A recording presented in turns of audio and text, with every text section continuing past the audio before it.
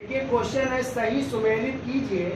पहला कह रहा है मोहनजोदड़ो बखीरा झील, बी कह रहा है लौरा देव स्तूप, सी कह रहा है चंद्रगुप्त स्तंभ महाबलीपुरम और डी कह रहा है रथ कुतुब मीनार। आंसर ए कह रहा है 1 2 4 3, बी कह रहा है 2 1 3 4, सी कह रहा है 1 2 3 4 और डी कह रहा है 2 1 4।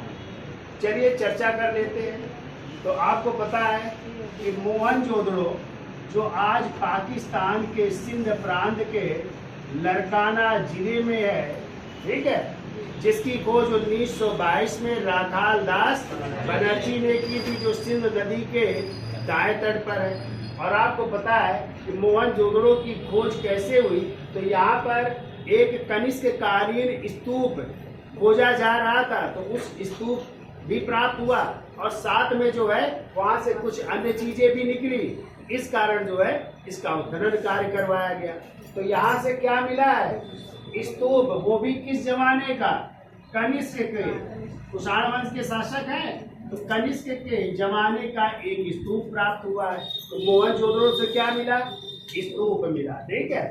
लौरा देव, आपको पता है लौरा देव ये जो है सबसे प्राचीन कृषि के प्रमाण यदि आ जाए कहाँ से मिले हैं? लौरा देव से। और लौरा देव आपका जो है 9000 ईसा पूर्व का स्थल है। और यहाँ से जो कृषि के प्रमाण मिले हैं वो काहे के मिले हैं? धान या चावल के। किसके प्रमाण मिले हैं? चावल के प्रमाण मिले। सबसे प्राचीन प्रमाण है कृषि के यहाँ से। और ये लौरा देव जहाँ पे स्थित है वो है संत कबीर नगर। कहाँ पे है? संत कबीर नगर जिला। और संत कबीर नगर को ही भदोही कहते थे, ठीक है। और संत कबीर नगर में ही एक झील है, अभी कल ही हमने चर्चा की थी। कौन सी झील?